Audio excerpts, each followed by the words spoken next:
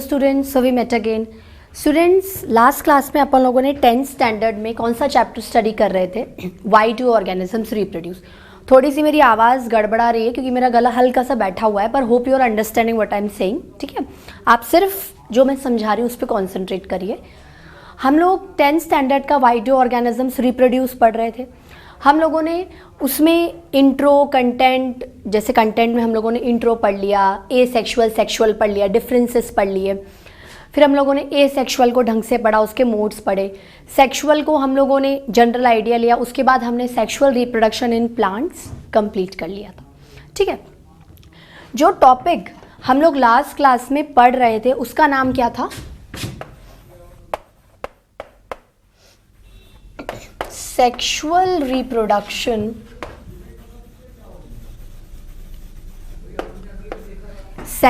Reproduction in human beings. यही देख रहे थे हम लोग। इसमें हम लोगों ने बहुत सारी चीज़ें स्टडी की थी स्टूडेंट्स। पिछली क्लास में इंट्रोडक्शन में हमने ये कहा था कि अगर आपकी बॉडी सेक्शुअल रिप्रोड्यूस करना चाहती है तो आपकी बॉडी को अपने आप को रिप्रोडक्शन के लिए तैयार करवाना पड़ेगा। आपने बोला ओके, एक आपकी लाइफ में ऐसी एज आती है, एक ऐसी उम्र आती है जिसे आप प्यूबर्टी, किशोर अवस्था या एडोलेसेंस के नाम से जानते हो। उस एज में क्या है, जब तक वो एज नहीं आती है तब तक आपकी बॉडी की क्या है, जनरल ग्रोथ होगी। जैसे आपकी छोटी हाइट होगी, हाइट बढ़ जाएगी, बॉडी का स्ट्रक्चर डेवलप होगा, फीचर्स डेवलप हो जाएंगे। जो आप बचपन में दिखते थे वैसे आप बड़े होकर नहीं दिखोगे। तो अगर मेल्स की, लड़कों की बात करें तो वो जो एज होगी जिसमें उनकी अब जनरल बॉडी ग्रोथ रुक जाएगी और बॉडी अपने आप को रिप्रोडक्शन के लिए तैयार करेगी, उस एज को हमने क्या बोला? प्यूबर्टी। तो मेल्स में वो होती है 13 to 15 ईयर्स और फीमेल्स में होती है 11 to 13 ईयर्स। मतलब फीमेल्स में जो मैच्योरिटी होती है, फीमेल्स की बॉडी रिप्रोडक्शन के लिए उन्हें मेल से पहले तैयार कर देती है। ठीक है, अब हम ये कह सकते हैं कि जब हमारी बॉडी अपने आप को रिप्रोडक्शन के लिए रेडी करती है तो दो मेन स्टेप्स होते हैं। पहला प्राइमरी फंक्शन होता है बॉडी का गैमीट्स का फॉर्मेशन करना। मेल बॉडी में मेल गैमीट बनाओ, फीमेल बॉडी में फीमेल गैमीट बनाओ। ठीक है, मेल बॉडी में मेल गैमीट को स्पर्म बोलते हैं, फीमेल बॉडी में फीमेल गैमीट को एग या ओवा या ओवम बोलते हैं। ठीक है, ये तो प्राइमरी फंक्शन हुआ। मतलब जब ये प्यूबर्टी की चल रही है, जब बॉडी रिप्रोडक्शन के लिए तैयार हो रही है, जनरल बॉडी ग्रोथ कम हो रही है, रुक रही है और रिप्रोडक्टिव ग्रोथ बढ़ रही है, तो ये सब चीज़ें हो रही हैं। गैमीट्स का फॉर्मेशन हो रहा है, क्योंकि जब तक गैमीट्स नहीं आएंगे आप रिप्रोडक्शन नहीं कर सकते। सेकेंडरी काम है development of secondary sexual characters. Secondary sexual characters का मतलब होता है आप दूर से देखकर, बाहर के अपीयरेंसेस को देखकर ये पहचान सकते हो, ठीक है, कि ये लड़का है या ये लड़की है। You can easily identify whether it is a girl और whether it is a boy. ठीक है, तो हम लोग क्या कह सकते हैं कि at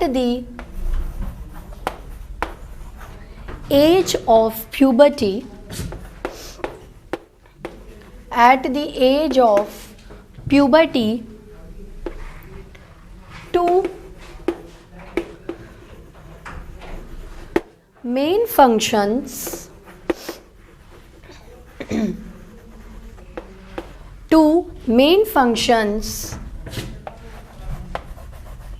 will takes place.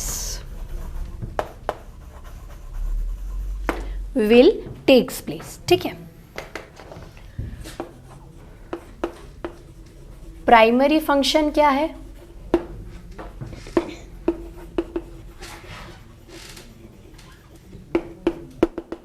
Primary function है formation of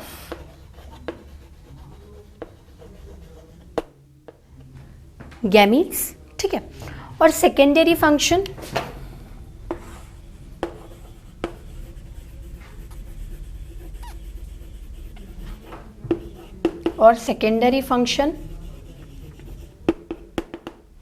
development of secondary sexual characters.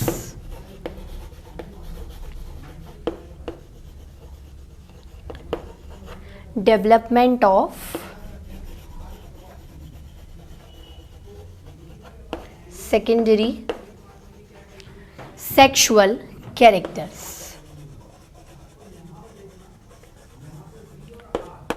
ठीक है, इसके बारे में तो हम जब डीप में रिप्रोडक्टिव सिस्टम मेल और फीमेल के पढ़ेंगे पढ़ ही लेंगे, लेकिन सबसे पहले क्या है, कौन से ऐसे सेकेंडरी सेक्सुअल कैरेक्टर डेवलप होंगे. देखो, अगर गैमीट का फॉर्मेशन हो रहा है तो मेल में भी होगा, फीमेल में भी होगा, because in sexual reproduction there is participation of two organism. दो ऑर्गेनिजम्स की प्रेजेंस होना बहुत ज़रूरी है, और दोनों क्या है, अपोजिट सेक्स के होने चाहिए. अपोजिट सेक्स बोलने का मतलब क्या होता है कि one is a male sex because it is having a male sex cell, male gamete, and the other one is female sex cell, मतलब फीमेल बॉडी या फीमेल गैमिट. ठीक है, तो मेल में जो गैमिट का फॉर्मेशन होगा वो कहलाएगा स्पर्म, और फीमेल में ओवा या एग या ओवम. ठीक है, इसके बारे में बात करें, ऐसे क्या सेकेंडरी सेक्सुअल कैरेक्टर्स मेल और फीमेल में डेवलप होते हैं जिनकी वजह से मेल का अपीयरेंस अलग हो जाता है और फीमेल का अपीयरेंस अलग हो जाता है. तो देखते हैं हम लोग. अच्छा, ये सब चीज़ें कब हो रही हैं? ये प्यूबर्टी की एज में हो रही है. ये सब होने का मतलब है body is preparing your self for reproduction.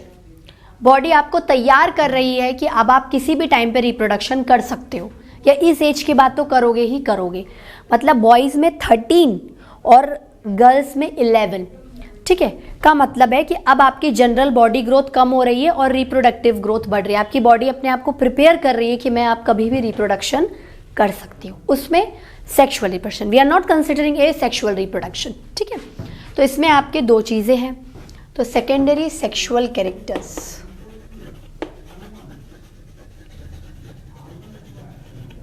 ठीक है, उसमें हम पहले मेल की बात करेंगे,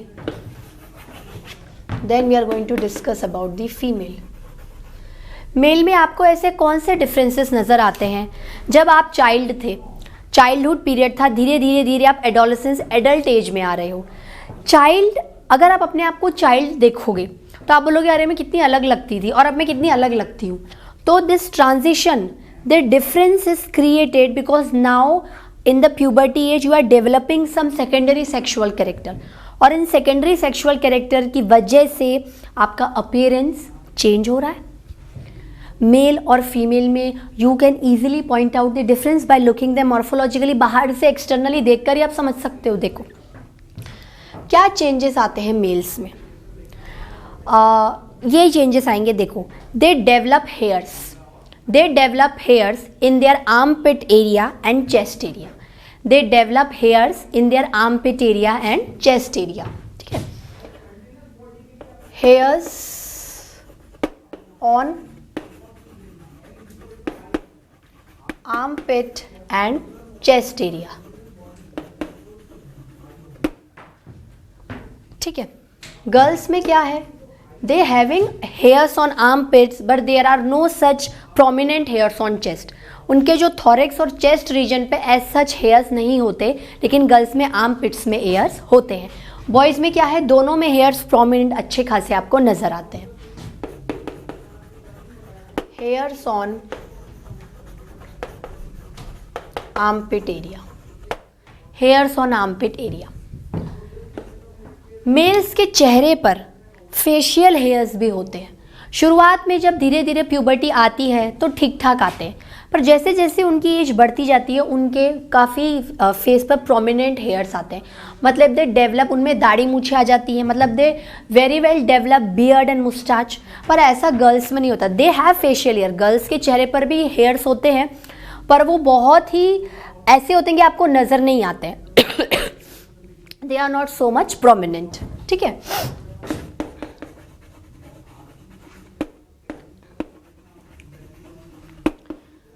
facial hairs are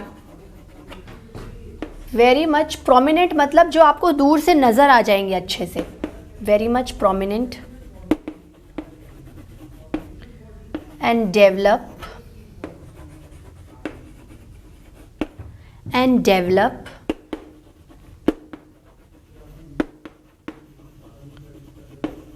in the form of दाढ़ी और मूछें, beard and mustache.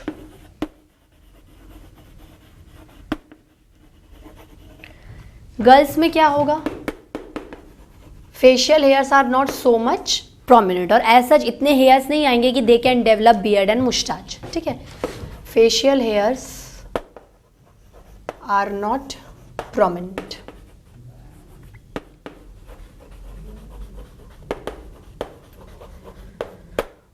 Fine students, उसके बाद और क्या क्या डिफरेंसेस नज़र आएंगे?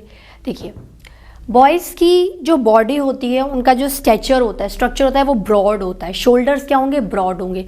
गर्ल्स की बॉडी क्या थोड़ी फिगर में लीन होती है, उनके शोल्डर्स बॉयज़ के कंपैरिजन में इतने ब्रॉड नहीं होते. ठीक है, तो तीसरा डिफरेंस क्या आएगा?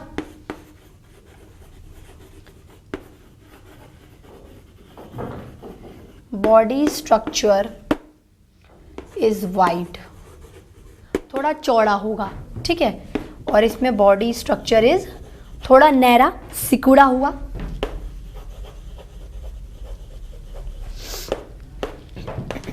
Is narrow.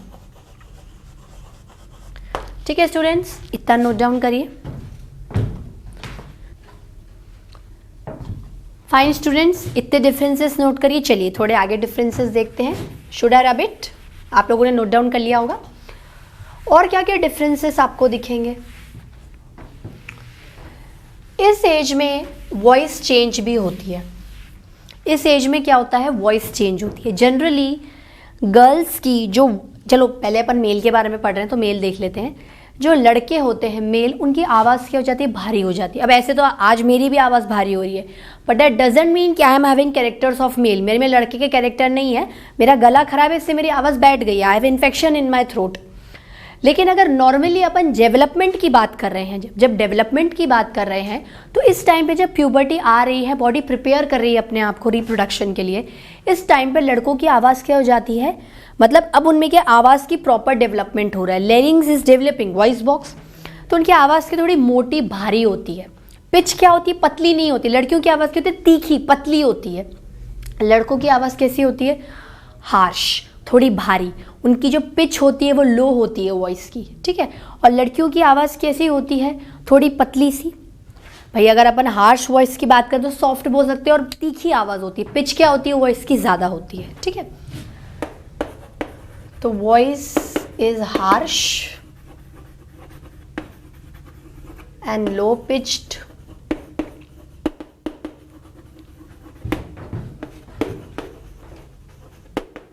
Voice is soft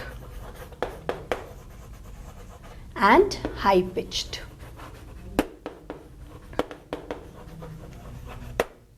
ठीक है, ऐसे तो स्टूडेंट्स आपके प्यूबर्टी एज में बहुत सारे सेकेंडरी सेक्सुअल कैरेक्टर्स आप डेवलपमेंट में देखोगे, पर जितने आपके लिए इंपॉर्टेंट थे मैंने आपको बता दिए. There is character one character, I can say there is one character. अभी भी एक कैरेक्टर बाकी है जो प्यूबर्टी एज में बहुत ही प्रोमिनेंटली डेवलप्ड होता है, लेकिन वो सिर्फ फीमेल्स में होता है, वो मेल्स में नहीं होता है. ठीक है, that is the appearance and starting of menstrual cycle. क्या बोल रही हूं मैं? स्टार्टिंग ऑफ मेंस्ट्रुअल साइकिल, जो सिर्फ फीमेल्स में होगा, मेल्स में नहीं होता है. स्टार्टिंग ऑफ मेंस्ट्रुअल साइकिल, जिन्हें जनरली आम भाषा में क्या जाता है? We are called as menses और periods. In a layman language, in a common language we called as menses और पीरियड्स. ठीक है, बायोलॉजिकल टर्म में हम इसे मेंस्ट्रुअल साइकिल कहते हैं. ठीक है, now what is menstrual cycle? Menstrual cycle क्या होती है? सिर्फ गर्ल्स में होती है, वो प्यूबर्टी एज से स्टार्ट हो जाती है. साइकिल का मतलब क्या होता है कि आप जहाँ से चले हो वहीं पर आ रहे हो. It is a monthly cycle. ये गर्ल्स में क्या होता है, एवरी मंथ चलती है। गर्ल्स में क्या होता है, एवरी मंथ चलती है। अभी मेनली इस साइकिल का सिग्निफिकेंस आपको कब समझ में आएगा कि भाई क्यों डेवलपमेंट हुआ मेंस्ट्रुअल साइकिल का, किस तरीके से मेंस्ट्रुअल साइकिल चलती है, क्या आउटपुट निकलता है साइकिल का, वो जब आप फीमेल रिप्रोडक्टिव सिस्टम पढ़ोगे उसमें पढ़ोगे। पर फिर भी मैं आपको एक स्लाइट इंडिकेशन देती हूँ कि it is a monthly cycle. Her month ये साइकिल फीमेल्स में चलती है, ठीक है। It is a monthly cycle, ठीक है। चलो, अब अगर ये साइकिल चली तो अगर कोई साइकिल चल रही है तो ख़त्म भी होगा, ठीक है। तो ये साइकिल कब तक चलती है, this cycle last for 3 to 5 days. जैसे हर मंथ साइकिल चल रही है, हर मंथ मेंस्ट्रुअल साइकिल फीमेल्स में आएगी, इस month I, second month I, ऐसे चलती रहती है, ठीक है। प्यूबर्टी एज में मतलब 11 to 14 ईयर्स की अगर अपन गर्ल्स की प्यूबर्टी एज में तो इसी इर्द गिर्द मेंस्ट्रुअल साइकिल स्टार्ट हो जाती है। और अभी जो एवरेज एज मानी गई है तो लास्ट 50 या 45 से 50 ईयर्स तक ये साइकिल चलती है। देन नेचुरली ये साइकिल क्या हो जाती है, बंद हो जाती है। तो that stoppage of menstrual cycle is called menopause, ठीक है। ये आगे की बात है, just I am for the sake of knowledge I am telling you, ठीक है। तो it is a monthly cycle, सिर्फ फीमेल्स में चलेगी, हर मंथ चलेगी एंड लास्ट फॉर 3 से 5 दिन के लिए चलती है, last for 3 to 5 days. Now what happens in this menstrual cycle, ठीक है। Here every month bleeding occurs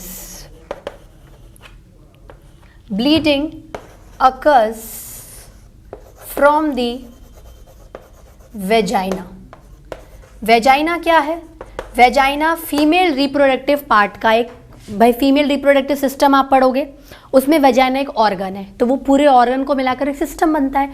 तो vagina is the part of female reproductive system from which, भाई vagina is a hole, vagina is a small hole, उस hole में से क्या होती है, ब्लीडिंग होती है। हर मंथ ये चीज़ रिपीट होगी फीमेल्स में, इस मंथ हुई, सेकेंड मंथ हुई और 3 to 5 डेज तक चलती है। This is the significant difference between the males and the females. Males में अलग है, they have moustache and beard, but females are not developing. In male there is no menstrual cycle in every month, but here it is a menstrual cycle, ठीक है। अब क्या हो, पहले आपको इसकी फीमेल की क्या है, रिप्रोडक्टिव सिस्टम को पढ़ना पड़ेगा, ठीक है। उसके अंदर कुछ डेवलप होता है, उस डेवलपमेंट का वेस्ट आपकी बॉडी से ब्लीडिंग की फॉर्म में वेजाइना के थ्रू निकल जाता है। तो ये जो चीज़ है ना, ये अभी आपको काफ़ी आगे बात समझ आएगी। पर ये हम लोगों ने क्या सेकेंडरी सेक्सुअल कैरेक्टर्स को प्रॉपर्ली डिस्कस कर लिया है, ठीक है स्टूडेंट्स, इसको नोट डाउन कर लीजिए। Noted down students. चलिए अब हम लोग क्या पढ़ेंगे, हम लोगों ने सेकेंडरी फंक्शन तो देख लिया है, अब हम प्राइमरी फंक्शन देखेंगे, फॉर्मेशन ऑफ गैमीट। अगर मेल की बॉडी मेल गैमेट बना रही है तो कहाँ बना रही है, उसके खुद का कोई सिस्टम होगा, कोई ऐसे ऑर्गन्स रिस्पॉन्सिबल होंगे। सिमिलरली ये बात फीमेल्स पे भी एप्लीकेबल होती है। तो उसी बेसिस पर अगर आपको ये पढ़ना है कि आपकी बॉडी गैमीट्स कैसे और कहाँ प्रोड्यूस कर रही हैं, तो उससे रिलेटेड कुछ स्ट्रक्चर्स और उनके फंक्शंस को आपको पढ़ना पड़ेगा, ठीक है। तो हम लोग पहले पढ़ेंगे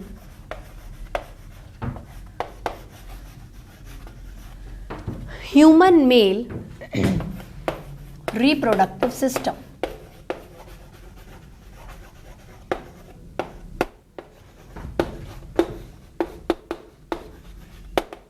फाइन स्टूडेंट्स, मतलब जो मेल्स हैं उनके अंदर कोई ऑर्गन्स हैं, वो म्यूचुअली मिलकर काम कर रहे हैं और उनका एक ही काम है, रिप्रोडक्शन करवाओ, बॉडी में गैमीट प्रोड्यूस करो। जब मेल गैमीट प्रोड्यूस होगा तभी वो फीमेल के साथ सेक्सुअल रिप्रोडक्शन करवा पाएगा, ठीक है। अब देखो इसका काम क्या है, मेल रिप्रोडक्टिव सिस्टम का काम क्या है। इसका तो तब काम पता चलेगा ना जब इसके रिलेटेड कंपोनेंट्स, इसके ऑर्गन्स के बारे में आप पढ़ोगे, इसके पार्ट्स के बारे में आप पढ़ोगे, एक एक पार्ट का स्ट्रक्चर पढ़ोगे, उसका फंक्शन पढ़ोगे, तो ओवरऑल आपको सिस्टम के बारे में पता चल जाएगा। तो हम लोग क्या करते हैं, सबसे पहले इसके पार्ट्स के बारे में बात करते हैं। व्हाट आर दी पार्ट्स, क्या क्या पार्ट्स के बारे में हम लोग डिस्कस करने वाले हैं। पहले हम लोग डिस्कस करने वाले हैं testis, which is the very important reproductive part of the system. It is a very important part of this system. ठीक है, क्यों, मैं आगे बताऊंगी. टेस्टिस के बाद आप पढ़ोगे स्क्रोटम. हमारी बॉडी में टेस्टिस, थोड़ा हिंट दे रही हूँ, टेस्टिस स्क्रोटम के अंदर बैठी हुई रहती है. ठीक है, उसके बाद we are going to discuss about epididymis. Epididymis testis से जुड़े हुए रहते हैं. इतना बहुत हो रहा है आपके समझने के लिए, आगे तो देखना ही है. देन एपिडिडाइमिस से को जोड़ दो वास डेफरेंस. वास डेफरेंस क्या जोड़ दूं, वास डेफरेंस. ठीक है, फिर आता है ejaculatory duct. Ejaculatory duct, ejaculation करना मतलब बाहर निकाल देना, इजैक्यूलेट कर देना. ठीक है, इजैक्यूलेटरी डक्ट के बाद आएगा यूरिथ्रा. ठीक है, और यूरिथ्रा कहाँ आ गया, हवा में तो नहीं आएगा ना. Urethra is present inside the penis. ठीक है, इनके अलावा चलो ये तो क्या था, मेन ऑर्गन्स थे. ऑर्गन्स के साथ साथ देखो ये तो क्या है, सारे ऑर्गन्स है. मैंने आपको क्या बताया था कि बॉडी में कोई ऑर्गन ग्लैंड का बनता है जब वो कुछ भरने की सिक्रीशन की पावर रखता है. तो इन्हीं में से कुछ ऐसे 2-3 ऑर्गन्स और हैं जिनमें क्या है, कुछ सिक्रीशन की पावर आ गई थी. जिनमें क्या था, कुछ सिक्रीशन की पावर आई थी, तो वो स्पेसिफिकली एंड स्पेशलाइज तरीके से, स्पेसिफिक तो हो ही गए, स्पेशलाइज तरीके से रिप्रोडक्टिव ग्लैंड्स कहलाने लग गए. ठीक है, रिप्रोडक्टिव ग्लैंड्स. क्या क्या नाम है उनके, पहला आएगा सेमाइनल वेसिकल. ठीक है, फिर आएगा काउपर्स ग्लैंड.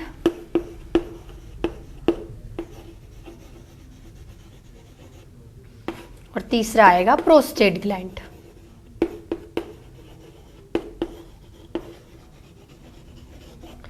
ठीक है, ये सारी चीजें मिलाकर क्या काम कर रही हैं, 2 काम कर रही हैं, गैमीट का formation as well as development of secondary sexual characters. ठीक है, अब जब एक एक के बारे में पढ़ेंगे तो बहुत सारे आंसर. अब भाई आप बोल रहे होगे मैम सेकेंडरी सेक्सुअल कैरेक्टर्स तो आपने बता दिए कि मेल और फीमेल में ये है, क्यों डेवलप हुए, किसकी वजह से डेवलप हुए. This system will give you the answer. ठीक है, तो पहले हम लोग क्या करते हैं, एक नॉर्मल छोटा सा डायग्राम ड्रॉ कर लेते हैं. बहुत ज़्यादा टिपिकल ड्रॉ नहीं करेंगे, जिससे कि हम इन पार्ट्स को समझ पाएं.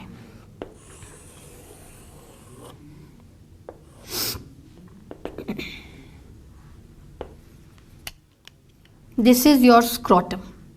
This is your scrotum. This is your testis.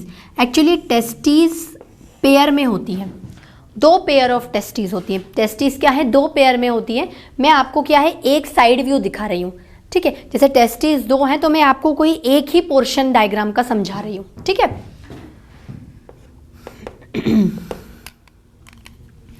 उसके बाद related to testis we have epididymis, coiled structure. ठीक है, ये क्या है आपका, this is your scrotum. This is your scrotum. This is your testis. This is your epididymis.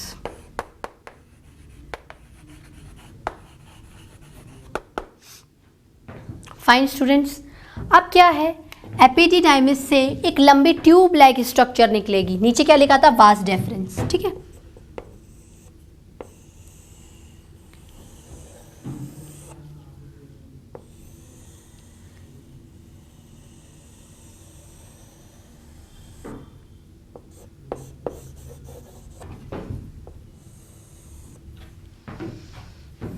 Testis से जुड़ा एपिडिडाइमिस. एपिडिडाइमिस से एक लॉन्ग ट्यूब लाइक स्ट्रक्चर निकली जिसको आपने बोला वास डेफरेंस. क्या बोला, वास डेफरेंस बोला आपने, ठीक है। अब ये वास डेफरेंस क्या है, लंबी ट्यूब ट्रेवल कर रही है, ठीक है। ये पूरा क्या है आपका मेल रिप्रोडक्टिव सिस्टम है, mail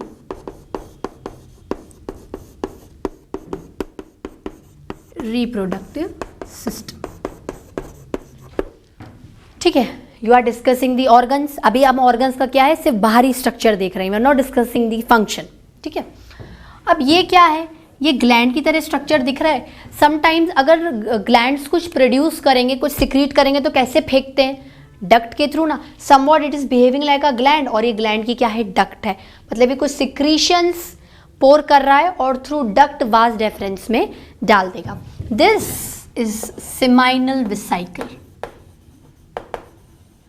this is seminal vesicle, this is seminal vesicle, ठीक है। अब होता क्या है कि सेमाइनल वेसिकल की डक्ट और वास डेफरेंस की ट्यूब क्या करती है, मिल जाती है। ये मिल गई ना, ये मिल गई। वॉटेवर मैं आपको बताऊंगी, ये कुछ ला रही होगी, ये अपने सिक्रीशन इसको दे देगी, तो ये दोनों मिलाकर एक कॉमन बन जाती हैं, दोनों मिलाकर एक कॉमन बन जाती हैं, जिसे क्या बोलते हैं, इजैक्यूलेटरी डक्ट, जिसे क्या बोलते हैं, इजैक्यूलेटरी डक्ट। अब ये क्या है, ये वास डेफरेंस की जो ट्यूब है इजैक्यूलेटरी डक्ट बन गई। अब ये आगे भी और भी दो ग्लैंड से मिलती जाएगी और इनमें से सिक्रीशंस क्या करती जाएगी, लेती जाएगी। बात क्लियर हो रही है स्टूडेंट्स। अब क्या है, here you have urinary bladder, ठीक है। ऐसा कुछ स्ट्रक्चर है आपके यूरिनरी ब्लैडर का।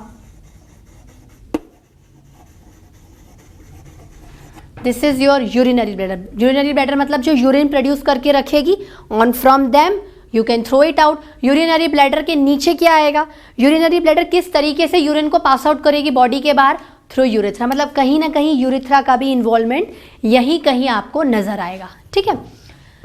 देखो, here you have prostate gland. ये प्रोस्टेट ग्लैंड की डक्ट भी क्या है, इजैक्यूलेटरी डक्ट के साथ जाकर मिल गई,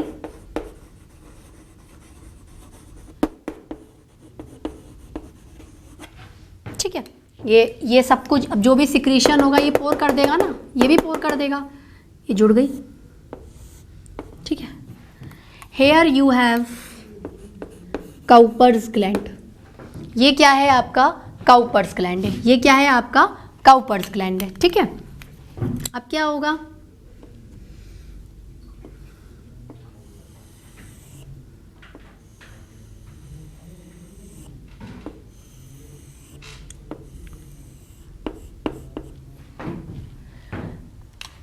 this is your urinary bladder.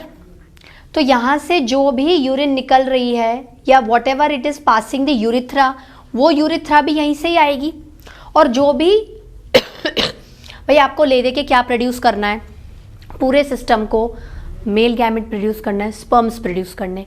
तो समझ लो यहाँ से कोई स्पर्म्स उठकर यहाँ पर आ गए। मतलब मेल्स में क्या है, there is a common passage, उसी पैसेज से सेम पैसेज से आपके यूरिन भी पास आउट होगी और सेम पैसेज से आप अपने मेल गैमेट्स को भी फीमेल की बॉडी में क्या कर दोगे, इंसर्ट कर दोगे, ठीक है। तो ये जो भी डक्ट है या what ever the duct urethra के साथ मिलकर किसके अंदर जा रही है, ये आपके जो मेल कॉप्युलेटरी ऑर्गन होता है, जो मेनली फीमेल की बॉडी में मेल गैमेट को इंसर्ट करता है, दैट इज एक्सटर्नल पेनिस।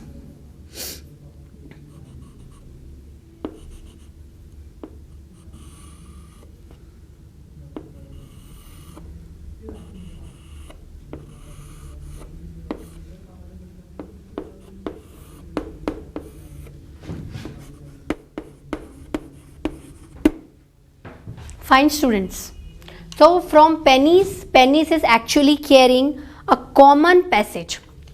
इस penis के through he you will discharge your urine, ठीक है, as well as male gametes, that is sperms.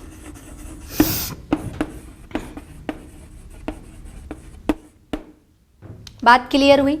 एक बार मैं आपको वापस से बता देती हूँ। This is testis. Testis pair में होती हैं, बॉडी में 2 इन नंबर होती हैं। टेस्टिस से जुड़े हुए कॉइल स्ट्रक्चर्स होते हैं।